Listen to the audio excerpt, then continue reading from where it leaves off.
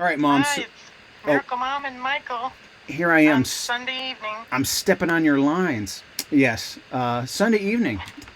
We, I we're probably not going to post on Sunday evenings, but I think Sunday is probably a good time to record. Maybe we can make this Sure. a regular habit. There are Yeah. little programming notes at the top of this segment. Hello, welcome to everyone. Mom's going to talk about the surprise. If you haven't watched it, I have decided that I'm going to call my dad and get my dad's side of the story since Mom's been telling her side of the story. And I think she was tickled. She was more than tickled. Yeah, I was more than tickled. I was really pleased to see that. And I instantly said to myself, well, how did he pull that off? I would not have expected that. It was just a total surprise, but a pleasant surprise. And I mean, I hearing you say that and him being, because I did talk to him being so open to the idea, just it's a little bit mind-boggling to me that here we are this far down the road. My parents were not together for the vast majority of this time, and here they have nothing but you know good feelings about each other this far down the road. So it's I'm in a Yeah. I've never ever heard either of you badmouth the other in my life. Not not in a No, I not in a never did that. right, I never did that. not in a malicious way. Everybody Right. maybe picks on negative traits of each other, but I never got the impression that you had any real animosity toward one another. No, I never had animosity. Of course, when the time, well, let's go back a little bit. When we met, even in the Peace Corps, I was still very young, Hmm. young in my Christian walk for sure. Mm-hmm. And, I wasn't looking for, a mate for the rest of my life. I did have a true love in college for 2 years. Mm-hmm. That was really love.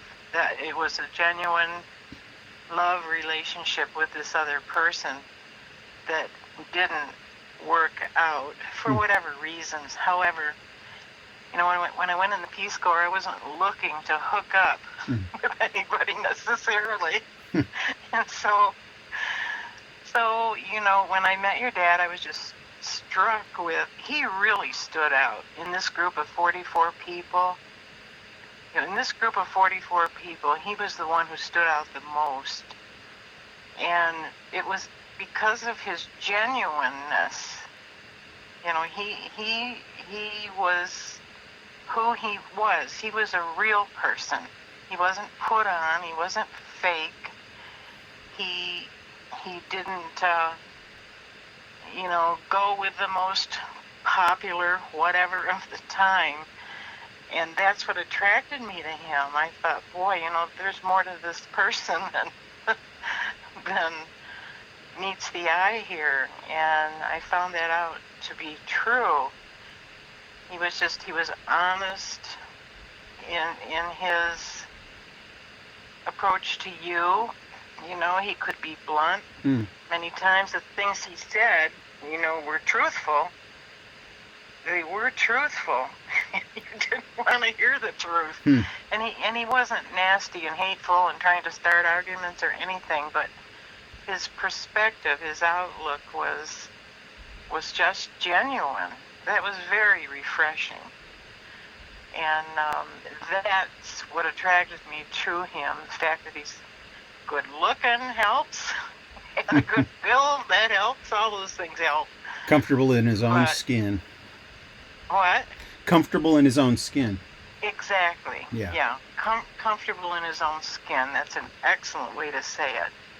And I don't know, people, as having lived your life now, that you look around and people have all kinds of agendas and motives and things they're throwing out there to try to get attention, blah, blah, blah. He wasn't involved in any of that sort of thing. Yeah. So it was very comfortable to be around him. And I, too, was comfortable in my own skin, although I admit I was pretty naive, and so it became an opportunity to just start to learn some things that I needed to learn, I'm sure. Mm. But I've always respected him for that. It's also secret, over the years, I didn't learn this until later, but, and this is true of every one of us also, that he was dealing with some of his own demons that I didn't know what they were. Mm. But I didn't know I was dealing with some of my own demons too. Yeah. It's all about growing up, and especially in your Christian walk. Yeah. And although he didn't profess to be a Christian, he was very patient, to listen. Mm-hmm. Oh, you're breaking up, Mom. Last thing I heard, better? he said, you said he was very patient to listen. Well, yeah, he respected what you had to say. He didn't shoot you down. He didn't start a fight. He didn't start an argument. He didn't try to persuade you over to his side. Probably the most you would get out of him would be, a nod and Mm-hmm. Well, that's interesting. That kind of a thing. And in communicating that way, it kind of drew you in more. You wanted to go on with the conversation instead of getting into, third world or an opinion or a belief or Third World War over. Yeah. But he was a quiet kind of person, had a quirky sense of humor. There were enough qualities there that, when the Peace Corps doctor said you two want to get married, I jumped to it. Oh, sure. I'd like to spend more time with this guy.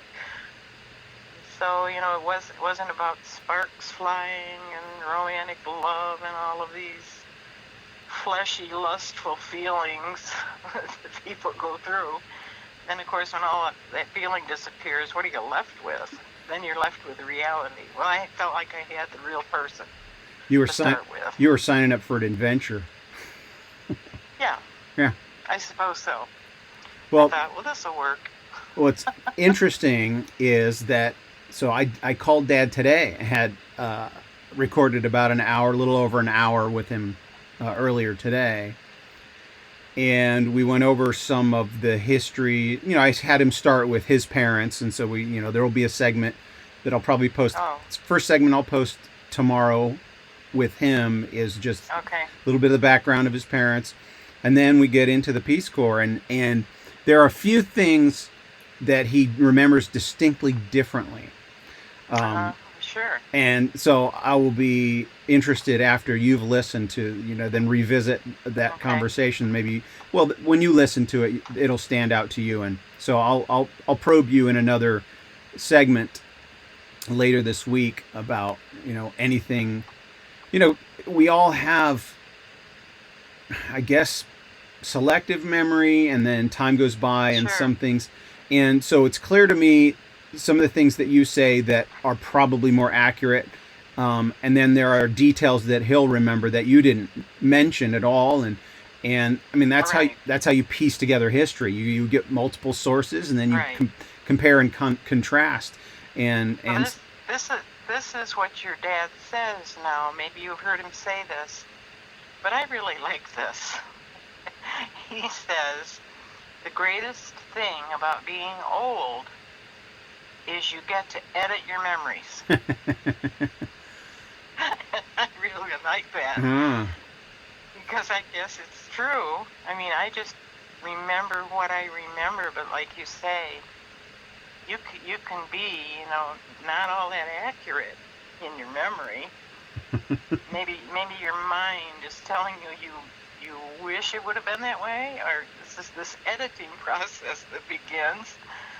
Oh gosh, it's really interesting. That is interesting. I like that. I mean, maybe I think I might name this segment something like that. Memory editing, something. Well, you can only do it when you're 75. Not before. Well, I think I'm gonna wrap this segment up here. Um, Okay. but say goodbye. Bye, Mom. Bye, everybody. Bye bye, everyone.